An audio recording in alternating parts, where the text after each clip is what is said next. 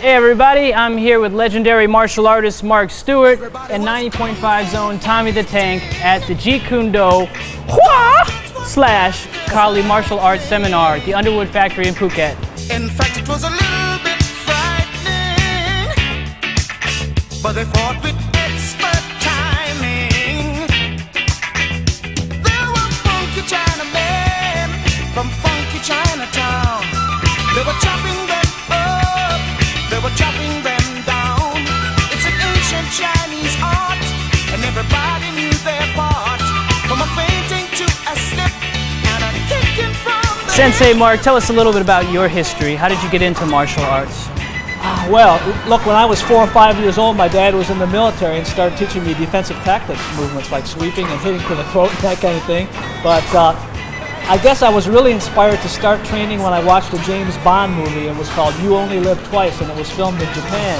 And it had ninjas and samurai and the whole lot. And after I saw that, it's something I really had to do. So in 1974, I began studying Okinawan Karate in the Midwest of the U.S. And a few years into that, I became a kickboxer and competitively fought full contact fights. Moved to the West Coast to learn Bruce Lee's Jeet Kune Do and a variety of other arts in around 1987. So I've been doing it since 1974. I would say doing Jeet Kune Do and Kali, the arts that I'm teaching here, since 1987.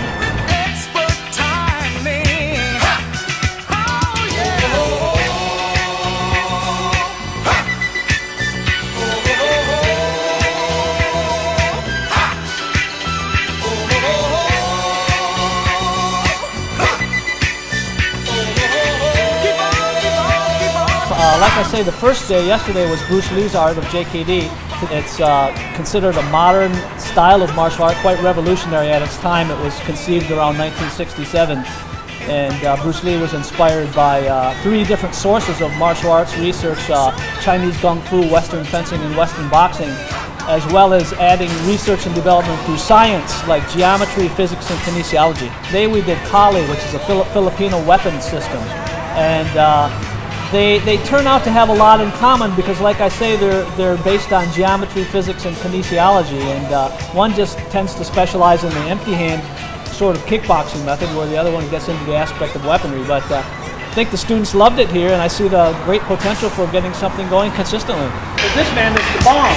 Those kids were fast as lightning. In fact, it was a little bit frightening, but they fought with expert timing. And exactly how fit do you have to be to do something like this? I can tell you from experience that my groin is hurting just a little bit right now. I would say moderately fit. If you're totally unfit, you can still come in, but you'll really have to pace yourself, and which will give you the freedom to do. You have to pace yourself and take a number of breaks and so forth. But I would call it a moderate pace exercise.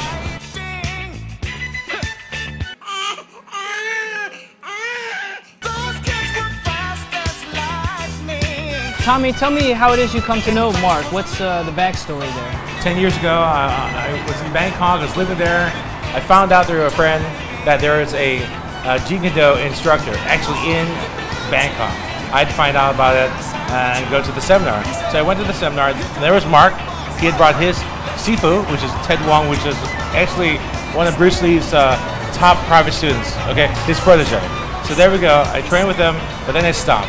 I loved it, but life got busy and crazy. And one of the things I always regretted was not sticking to it. Now, one of the things on my bucket list is to be, I'm talking to be, like, what's up? Like a Bruce Lee, like a JKD and Kali instructor through Mark Stewart, but also just to feel the freedom of movement again. I mean, like, big guy, want to be able to move fast, do my thing, I mean, I couldn't do that before, and now I can start doing it. Okay. But I want to be able to do more of it. So it's about self-reliance. Yeah. What are your goals? When is it done? When are you? It's never done. It's done when you're dead. You're not living, you're dying. Yeah. So just to keep on growing, keep on changing, keep on learning, and enjoying. That's all it's all about.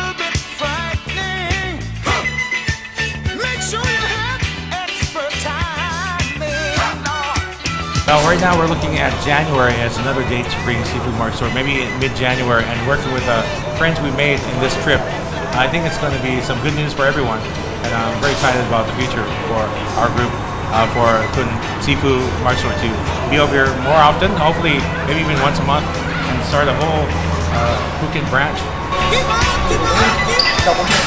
What do I have here? Coin and head. I'd say.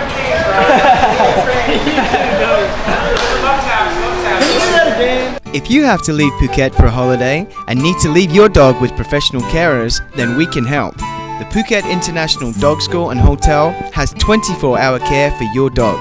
Our staff can even train your dog if you like. With more than 10 years experience caring for dogs, the Phuket International Dog School and Hotel is the place every dog can feel at home. For more information, call 076 216 336 or visit the website at phuketdogschool.com. The Phuket Butterfly Garden and Insect World, a place of endless learning possibilities. See the miracles of these small insects and butterflies. Admire these creatures' amazing circle of life at Thailand's first butterfly garden and research center. Lounge and shop at Pim's Bistro for souvenirs and pastries. Phuket Butterfly Garden and Insect World. Call 076-210-861. Tired of visa runs every month? Let us help. Professional legal advice for all kinds of visas. Visit PhuketVisa.com or call 818-929-960.